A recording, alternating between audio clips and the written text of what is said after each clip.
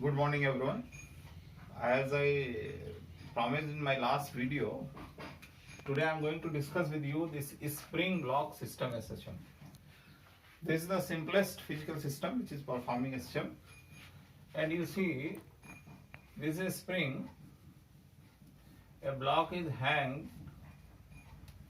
okay, and in equilibrium condition the weight is acting downwards, this is mg, and suppose the spring is stretched by a distance x. As per Hooke's law, the force will be kx.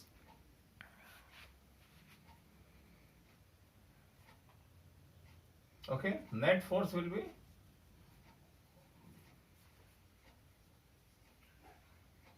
what will the net force? In equilibrium condition, this is stretched by kx, net force will be kx minus mg is equal to 0. Because it is in equilibrium, mg is equal to kx. So this is the physical system in equilibrium condition. It is not performing any oscillations. But what happens if you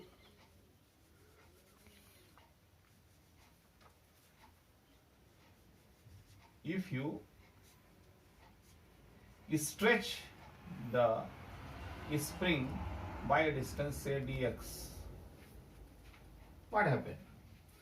The net force will be kx plus dx, because spring now the elongation in spring is what? X plus dx, and the weight will be mg. It is acting upwards. What is the restoring force at that time? Restoring force F is equal to k x plus dx minus mg. This is equal to kx plus k dx minus mg. And you see kx minus mg is equal to 0. This is equal to k dx. So what, again I got these points. Acceleration, what will the acceleration? K by m dx.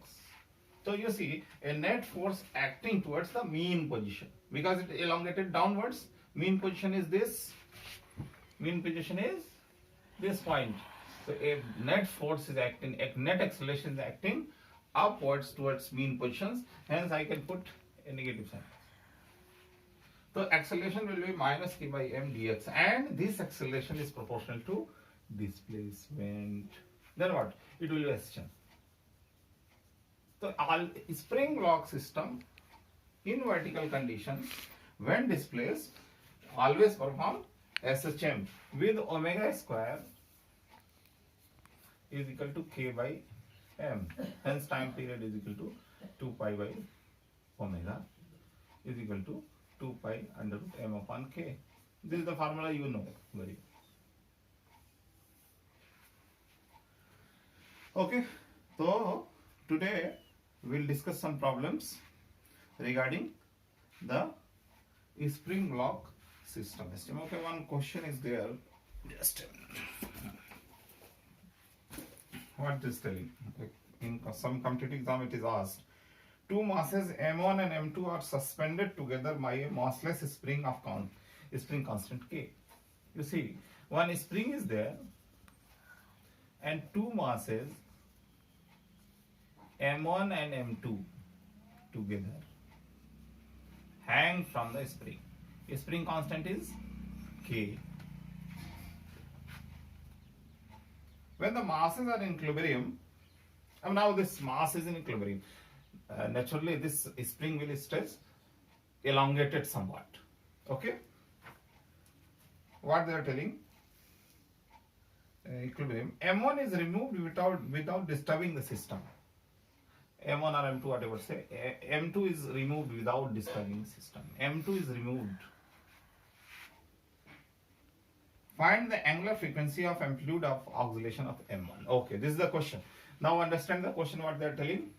In equilibrium condition, a spring holds the weight of m1 and m2 both together. This is the equilibrium condition. Set O. Now slightly m2 is removed without disturbing the system.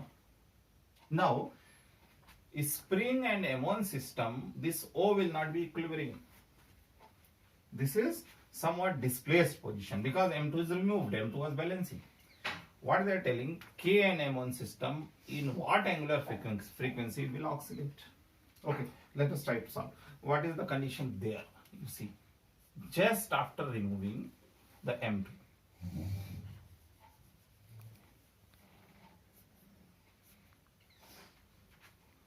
You see, only M1 remains. M2, but whether this will be the equilibrium position for L1 and M1? No, it is not equilibrium position. Okay, because spring force is now acting greater than M1G. Here is elongation is same, but here Kx, whatever the elongation, suppose the elongation is x, normal length elongation of spring is x. So here what? Kx is balancing M1 plus M2G. Hence it is equilibrium condition. Equilibrium. But whatever, here also the upward force is Kx.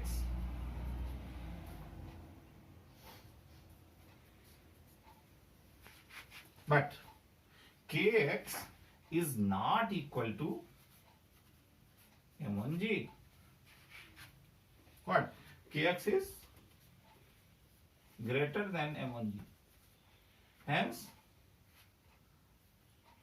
not equilibrium position. Non-equilibrium position. Mean position. It is not a mean position. Now it is telling, okay, find out the oscillation of this system and its amplitude. Correct? Got the point? So you see, oscillation of a spring block system doesn't depends upon initial displacement. It is a system property. Suppose this K and M is fixed, one is spring and one M is fixed. The angular frequency of the system doesn't depends upon amplitude. It depends upon K and M. If K is unique, M is unique, angular frequency will be unique. So here, since it is a system of Km1, spring constant K and block mass M1, the angular frequency doesn't depends upon initial displacement. How much extra displacement of a spring is there? Amplitude, of course, amplitude is decided by this initial position, but not the angular frequency. So angular frequency directly we can write down. Yeah, directly you can write down angular frequency, and omega is equal to under root K by M1. M2 is removed, M1 remain. Angular frequency of SHM will be under root K by M1.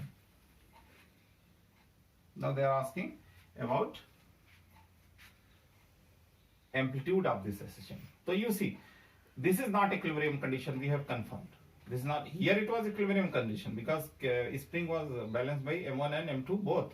But this is not an equilibrium condition. So if we find the equilibrium condition of this M1, so how much this block is, say suppose Y, so how much this block is displaced from this initial position, that will the amplitude of this system. So now you see how you will find out Y. What you will do? Okay, from here what you got? X is equal to M1 plus M2 G by K. This is the, and now this is the elongation because of M1 plus M2. Elongation due to M1 and M2 both. Okay. Now you see, what will the elongation because of M1 alone? Kx is equal to M1 G.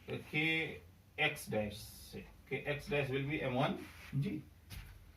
Then x dash is equal to m1 by kg, m1 by kg.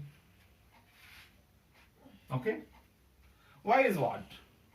Y is x minus x dash. This extra length is because of m2 addition. So because of m1 and m2 elongation is x. Because of m1 only elongation was x dash. So what extra length initially it was there? Y. Y is equal to x minus x dash. This will the extra elongation at initial time, and that is the amplitude. You got the point or not? See, you understand from this. This is the normal spring. Length is L. This is without any mass. If you put m1 here, the elongation is x dash, and when you put m2 here, m1 plus m2 both together, say m1, m2, so you see from this place, okay, elongation is x. So from m1's mean position, what will this value? This value is y. What we are calculating here. This is m1. This value is y. This value is y. See, normal spring. Spring with m1, elongation x dash. Spring with m1 plus m2, elongation x. X minus x dash is y. What we are calculating here. Getting the point? So, when m2 is removed, m1 from its mean position will be y distance away, which will be nothing but x minus x dash. So you see, now you do it. This will be what happened? m1 by k, x minus x dash, m1 by k plus m2 by k minus m1 by k into g. This goes away. This is equal to m2 g by k. So this is the y. This is y, m2 g by k. This is the y. This is the amplitude of the oscillation of m1. So what I did in this question, you just see, when m1 and m2 was together hanged with the spring, this O position was equilibrium position. If this system is displaced further, it will oscillate the same. But if you leave it like that, it will remain stationary. But suddenly m1 is removed. Then what happened? Now suddenly m2 is removed. Then what happened? m1 cannot counterbalance the x stretch of spring. Hence what happened? Spring will pull it upward. Spring will pull it upward. And when it will go upward, it will go reach the mean position, and because of inertia, it will further compress the spring upwards. From there, it will push it back, and SHM will start. Angular frequency will be k by m. It doesn't depend upon the initial stretch of the spring. It depends only upon k and m system. You can stretch here, you can stretch here, you can stretch here. Whatever the amplitude you decide, that is up to you. But the angular frequency of SHM doesn't depend upon amplitude. That is the point here. So angular frequency has nothing to initial stretch. It has only linked with k and m. So k m1 system has angular frequency that I have calculated directly, k by m1. But now they are asking initial amplitude. So what I will, initial amplitude, how will decide? The m1 starts system from this point, extreme points. So once we find out the mean position of m1, from where it is counterbalance the spring, I can tell this displacement is the amplitude. And that logic I have explained here. Normal spring has length L. Once m1 is placed here, extra displacement x dash it makes in spring, extra elongation. And m1 and m2 both together when placed, extra elongation is x dash. So once m2 is removed, what is the mean position of m1? This point, and extra elongation is what? X minus x dash, and that is here. That is only amplitude. m2 removed, extra elongation is the amplitude from mean position, and that is what? X minus x dash. So this figure will explain how the amplitude is calculated. So little bit imagination is required here. How the amplitude is calculated. So you can focus on this figure, how elongation, you can practice on your notebook also, and just visualize how I explained it. So that way this system is handled.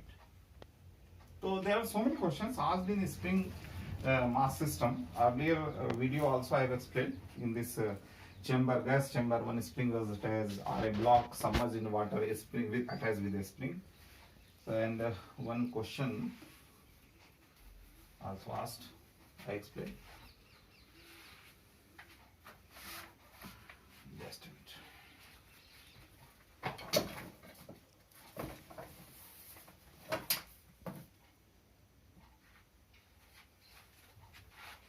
Okay, I erase it.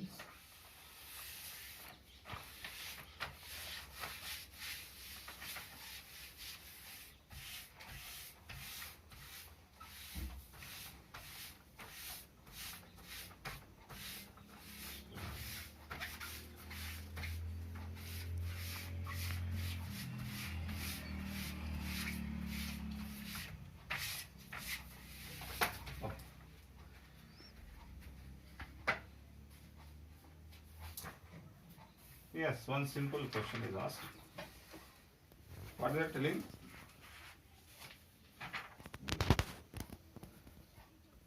The spring system in horizontal position is spring block system.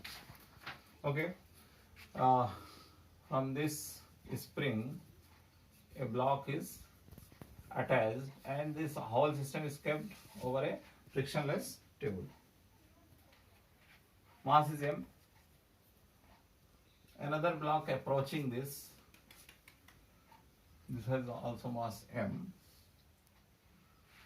and it is approaching it with 1 meter per second velocity. Okay. Now, what happened? This will hit it, transfer some of energy to this block. Because of this block, the block will move, it will compress the spring, and this block will return back. Depending upon the nature of collision, elastic, inelastic, or plastic. Plastic is not there. I think they are telling it's a nature of the collision. They have not mentioned, I think, or it is elastic collision. After head-on collision, it return back. Okay, then we'll calculate. So it will return back. So now they are asking about what is the time period of SHM. It will make SHM. No? It will compress, spring will again throw it back. Then again, because of inertia, it will cross its mean position. Spring will elongate it. Then spring will pull back. Then again it will come to the mean position. Then it will compress the spring. This process goes on. Till some damping is not there, the process will go on infinite. Okay. So now we'll try to calculate so first I will find out the initial velocity imparted to this block. Because of this initial velocity only we will know how much the spring will compress. Amplitude also they are asking. They are asking the amplitude. What is the amplitude of ST? They are not asking about angular frequency. Angular frequency they will ask, it depends upon K and M. So omega is equal to under root K by M. It doesn't depend upon how strongly this block will hit it and how much energy it is imparted. The hitting impact will only decide the amplitude, not the angular frequency. Angular frequency is property of K and M. It is not property of amplitude. But here in this question, they are asking what is the initial amplitude. So we can calculate how much the spring is compressed initially. The same will be the amplitude. Okay, let us start. So you see, I am drawing the figure separately. This is M initially. initially at rest, zero velocity. This is m initially 1 meter per second velocity.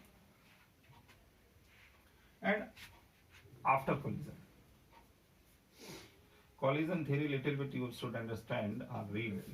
In my future lecture I will tell you about various nature of collisions. So initially, suppose this acquires a velocity v and this acquires a velocity v dash. This acquires a velocity v dash. Okay, v dash is given. That is given in the question. They are telling it returns back with velocity of 0.6 meter per second. Very easy. Then it's very easy. Okay. So what will the initial momentum here? M into v plus m into v. 0 plus m. 0 plus m is the initial momentum. That is m. Okay? And momentum is a vector quantity. All momentum is directed this way. What will the momentum here?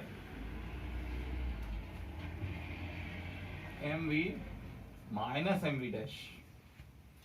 This momentum mv dash is directing this way, and this momentum is directing this way. The mv minus mv dash. And as per the law of conservation of linear momentum, no external force acted on this system because it is collided. All the forces acted between these two surfaces. It is an internal force. If we consider it as a whole system, external boundaries this and this are this and this, not in between this. So on the whole system there is no external force acting, hence momentum will remain conserved. Okay, little bit simplify. M v minus what is this? 0.6 na? 0.6 m. So this will be equal to this. mv minus 0.6 m is equal to m. So v minus 0.6 is equal to 1. So v is equal to 1.6 meter per second. You see, we have calculated the velocity is 1.6 meter per second. Now it's very simple.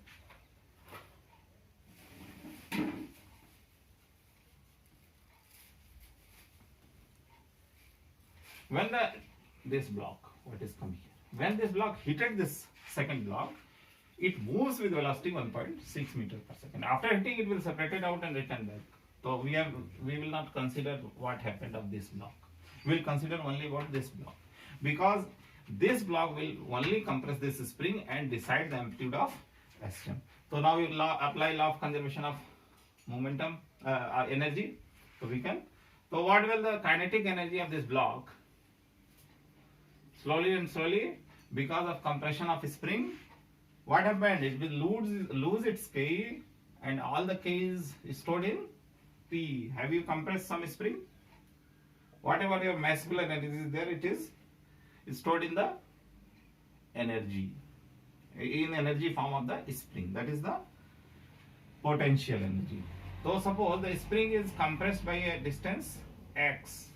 So what is the potential energy stored? Half kx square. And from where it came? It came from half mv square. Is what is this? 1.6 meter per second.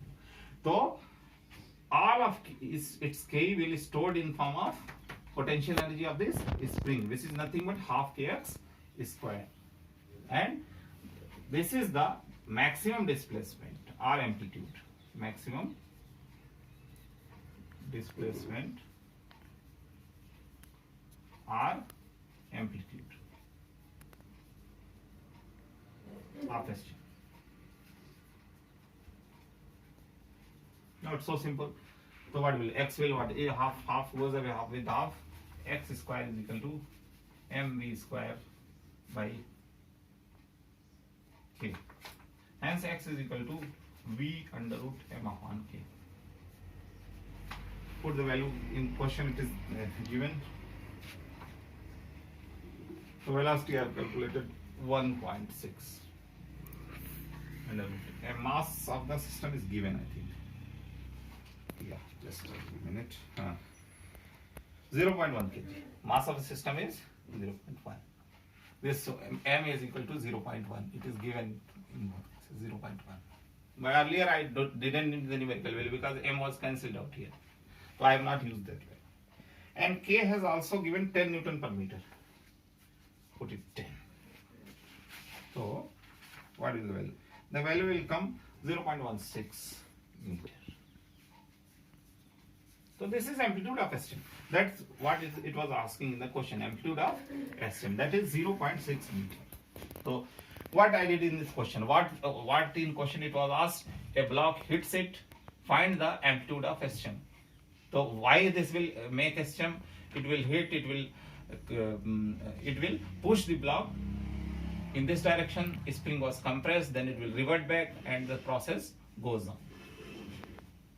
Angular frequency doesn't depend upon the compression length, it depends upon only m and k, hence it will remain constant no matter with what impact will hit the block. But amplitude will depend upon how much this block will compress the spring. So applying the law of conservation of momentum, linear momentum, because in between these two blocks there is no external force acting.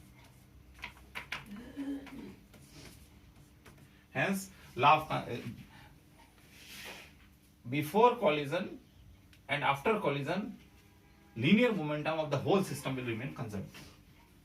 So, before collision it was at rest, momentum was 0. It was moving in this direction, momentum was with 1 meter per second, momentum was m into 1 is m, this is m momentum, and direction was this way. After collision, what happened?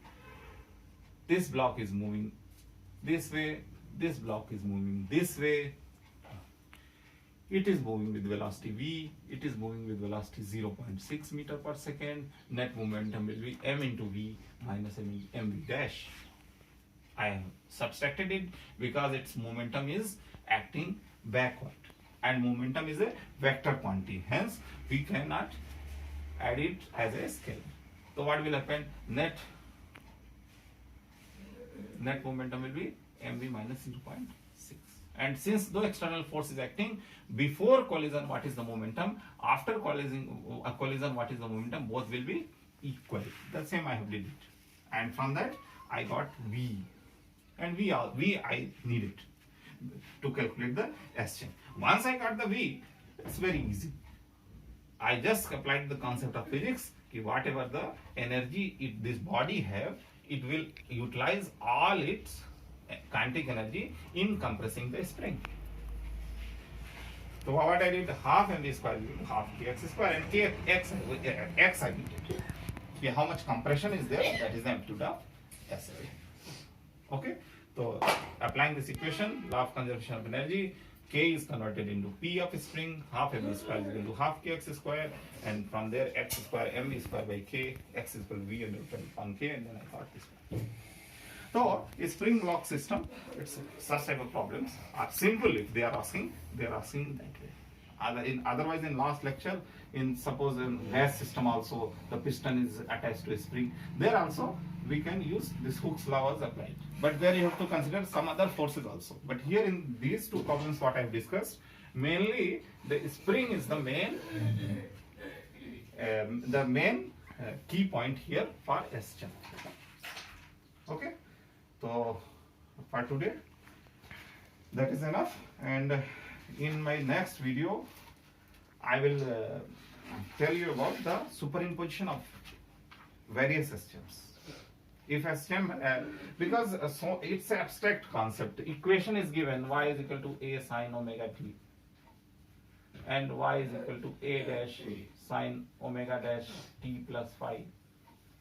Then if both the SHMs are superimposed on a particle, how the particle will behave in effect of these two. So it's abstract concept. Mostly we have to learn little bit mathematical tricks, because we cannot visualize the system, how the particle is moving. So in my next lecture, we will discuss about this superimposition of various type of SHMs. Two SHMs have same frequency, then how the superimposition takes place. Two SHMs have different frequency, Then how the stems takes place. Two stems have same frequency but various amplitude. So there are so many permutation combination depending upon omega A and of course phi also. If suppose this angle is changed, initial phase is changed of this stem, then also the superimposition effect will be different.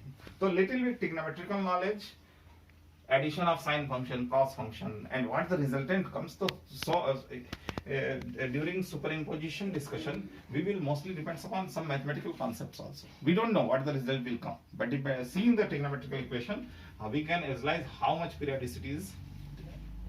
Okay, you are getting now. This is a periodic function.